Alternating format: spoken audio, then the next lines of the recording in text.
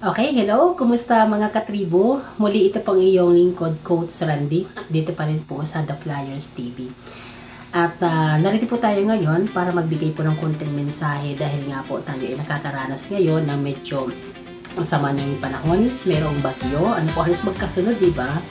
So ito yung mga pagkakataon na hindi natin inaasahan na tayong Panginoon lamang yung may alam. Ano po, so kumbaga, is parts of the trial ngayong panahon na ito na nagkakaroon ng mga kontrobersya sa flood control projects ng ating mga politiko.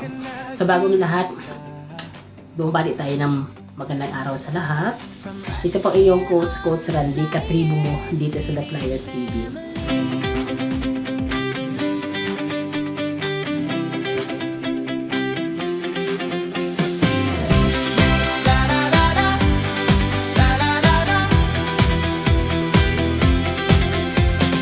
Welcome to the Flyers TV, kami nandito.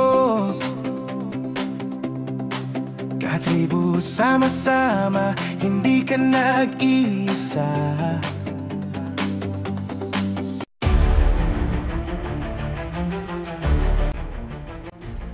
Magandang araw sa lahat. Sana po ay always safe tayo.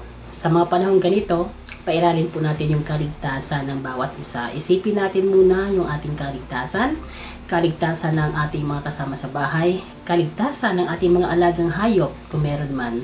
At syempre, ang kaayusan ng ating tahanan sapagkat baka may mga tulo, may mga butas na pwedeng hampasin ng hangin, ano po. So, sa mga panahong ganito, kailangan tayo sa ating mga tahanan para kumpunihin ang mga medyo maliliit na sira. Kasi alam niyo na pag bagyo, kami doon sa Bicol before, talagang tinatalian pa yan lahat ng poste, kabilaan, ano po. So tinatalian namin, tinatali sa mga puno para po yung bubong ay hindi mailipad. Ano po, dito naman sa mga Kamaynilaan sa syudad, ang sisiguruhin natin is yung bubong natin na walang tulo, saka yung mga dingding natin na matibay siya, na hindi siya ililipad ng malakas na hangin kung meron namang hangin para po sa kaligtasan natin lahat.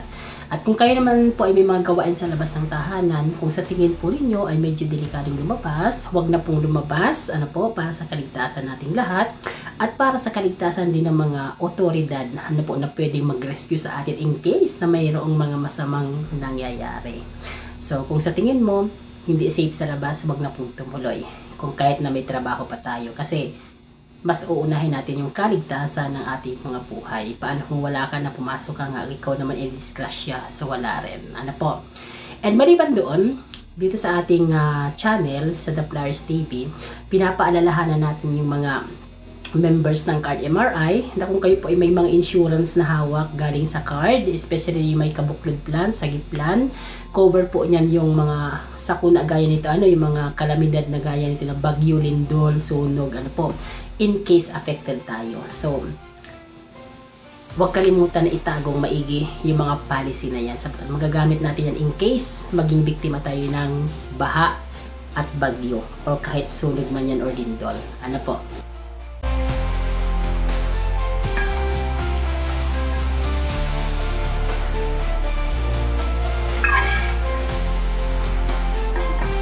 Ayan, so mga katribo, mga kasalveyans, ano po, so hindi lamang po yung kaligtasan ng ating mga sarili, yung ating dapat iniisip, ano. So dapat advance din tayo mag-isip, kaya nga po napakahalaga na mayroong micro-insurance tayong hawak. Kaya nga po yung sagip plan at kabuklod plan ng Card MRI, ano po, nagagamit po talaga yan sa mga panahong katulad ito na may bagyo, may baha, minsan may sunog, may lindol, sako po yan, ano po. So cover din yan ang kabahayan. Kaya mas maganda po na meron tayong makasiguruhan na pinagkahawakan. Ito po yung mga micro-insurance product ng Card MRI. So para sa dagdag na kaalaman, pwede nyo panoorin yung ating mga video sa ating playlist na The Micro Agenda. Dito po sa ating channel. Hanapin nyo po yung playlist na The Micro Agenda. Ano po, panoorin nyo po yung mga video dyan. And of course, hindi lang po yun, kasiguruhan lang po hindi sa insurance, kasiguruhan din po sa ating kalusugan. Kaya napakaganda po na dapat po ay tayo ay mayroong laging iniinom, ano po, ng mga food supplement gaya ng Salvio Bardigras. Ano po, sapagkat kung mag-imbak ka na sustansya na hatid ng Salvio Bardigras, inabutan ka man ng ulan dahil sa bagyo, lamig ng panahon dahil sa bagyo, ano po, kalaban yan ng ating immune system, so pwede magkaroon infection. Pero kung marami yung stock na salvia barley sa iyong katawan, mga nutrition ingredient ng SBG, ano po, so never ka magkakaroon ng infection or sakit dulot ng bagyo, ng lamig ng panahon o ng kalamidad. Ano po? So napakaganda po na tayo po ay umiinom lagi ng salvia barley grass. And para po maka-discount kayo ng malaki, mas maganda po na magpa-member tayo sa salvia barley grass. May link naman dyan sa caption nitong video. I-click nyo lang yung link kung paano magpa-member. Just sign up. Check nyo lang po yung box dyan para po sa referral. Ako po yun, ang lalabas doon ang pangalan, Flyers Solution, Randy Choneda. Ano po, then continue nyo lang, and that's it. At ngayon naman, kung kayo naman po ay bibili ng mga salvia barley grass products or salvia well product, dapat po ay bibili kayo sa mismong salvia well app. Ano po, sa link po nito or sa caption po nitong video, meron po tayong link dyan ng salvia well app. So, i-tap nyo lang yan or i-click nyo yung link para po ma-download nyo yung salvia well app. Ano po? So, dyan po sa caption nitong ating video. Ayan. So, huwag pong magtiwala sa ibang link or sa ibang platform. Ano po? No need to order sa Shopee or Lazada or other platform dahil mahirap na baka mapeke tayo. Diyan na po sa link, dahil direkta po yan sa head office ng Salvia Well. Ano po? Hindi po yan direkta sa akin. Yan po yung direkta mismo sa branches ng Salvia.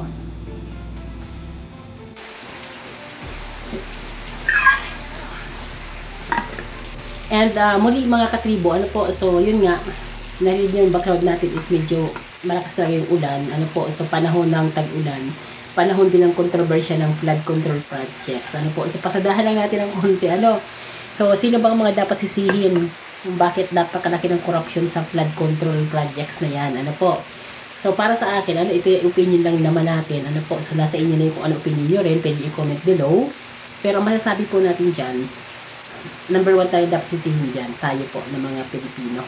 Bakit? Sino po ba yung mga involved sa corruption na yan? Di ba sila po yung mga patuloy natin ibinuboto lang paulit-ulit? Ano po? Ang punto po natin dyan, dapat po kasi, tuwing election, hindi na natin sila binuboto lang paulit-ulit kung meron din namang mga pagpipilian na iba. Bakit? Ang purpose po niyan is check and balance. Hindi po continuity. Ang iniisip kasi ng iba, kaya binuboto nila paulit-ulit kasi magaling naman sila eh. Tapos may mga projects na hindi pa tapos, kailan ma-continue yon. So mali po yung kaisipan na yon. Kasi ang totoo dyan, kahit hindi pa tapos ang proyekto nila na simulan nila, matutuloy-tuloy pa rin po yan kahit iba na po yung mga namumuno. Bakit? Merong program of works po yan eh, at saka na-budgetan na yan, at saka approve na po yan. Ano po? So, tuloy-tuloy pa rin yan. So, wag yung isipin hindi yan matutuloy. Pangalawa, bakit kailangan palitan natin yung mga leader? Kasi, iniisip natin na sila ay malinis. Akala lang natin yun. Pero ang totoo, magaling lang talaga sila magtago. Magaling sila mag-uto sa atin. Magaling lang sila talaga magnakaw. So, paano ma-check? Kung papalitan natin sila ng mga bagong leader, magkakaroon ng check and balance. Kasi sila nagsisilipan yan. Diba? Para manalo o matalo ang isang partido. So, sinisilip. Pero, kung nagkakaroon ng monopolya, sila at sila na lang binoboto natin, doon po nag-uumpisa yung corruption. At tayo po dyan ang may kasalanan. Kasi, binibigyan tayo ng karapatan, bumoto tuwing eleksyon, pero patuloy tayo nagpapaguyo. Una pa lang, sa pagbibili pala ng boto, doon natin nagpapaloko. Pwede nga natin tanggapin yung binibigay nilang pera, pero wag natin silang iboboto. Pero ang ginagawa natin, tinanggap natin yung pera, binuto pa rin natin sila. So, anong nangyari? Kickback dito, kickback doon. So, yun po yun. Kaya, ang totoong solusyon dyan, next election, matuto na tayo. Kasi ngayon, may mga hearing, may ICI pa kung ano, Independent Commission for Infrastructures. Diba? Kita na kung sila may kasalanan eh, pero walang naipapakulong, walang hinuhuli. Diba? Kasi sila din yaan. Kumbaga, niluluto lang nila hanggang sa mawala na naman yung issue. So, tayo pa rin ang lugi dyan. Kaya ang the best talaga, resubakan na natin sila. Hindi lang rally sa kalsada ang kailangan. Tuwing election, doon tayo mag-rally. Yung ating boto, ipakita natin yung boses sa papel. Yun po yung ating recommendation. So, pinagpipiyastahan natin yung issue ng flood control, di po baga. Nasasayang oras natin, ubos ang oras naman na natin. Nanonood tayo ng mga balita, inaabangan natin yung mga hearing, pero sa atin, ano impact nun? Wala. Kasi nagawa na nila, nakakurakot na sila. Hindi na kayang ibalik pa yung nagawa na. Although pwede may mabawi, pero saan na naman yun mapupunta? Makikinabang ba tayo? Mababago ba yung sitwasyon natin? Hindi na. Kaya, ang dapat natin gawin, ituloy ang buhay at matuto tayo sa ating mga nakaraan. Ang problema kasi pinapanindigan natin ang mali, ginagawa nating tama. At saka pinagpapatuloy natin yung pagkakaroon ng mga idol, panatiko, loyalista, di ba mga ganon? Mga grabe. Di ba may tinatag na DDS, mga pulangaw, mga pinklawan, mga dilawan, mga ganon, di ba?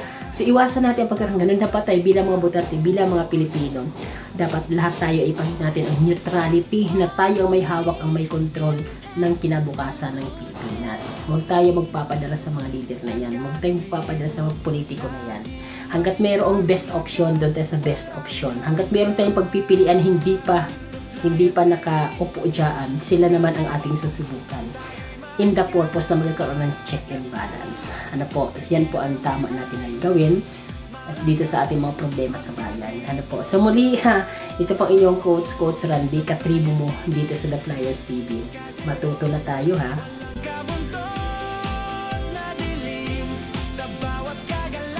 Oo nga pala mga katribo, huwag niyong kakalimutan, kung hindi ka pa nakasubscribe, please subscribe our channel na ano po para dumami tayo. Paki-share din ang ating mga video. Malay mo makatulong sa pagbibigay ng konting informasyon para sa ating mga katribo dyan sa paligid. Again, don't forget to subscribe, like this video, share this video. Ano po, so thank you so much sa inyo lahat. Sana po ay patuloy tayong gabayan ng Panginoon. Huwag kakalimutan sa mga panahon ganito na mayroong bagyo, sakuna o anumang kalamidad. Panginoon pa rin po ang dapat nating unahin, nalapitan, sapagkat siya ang may control ng lahat. So, dapat tayo ay patuloy na nananalangin sa Kanya.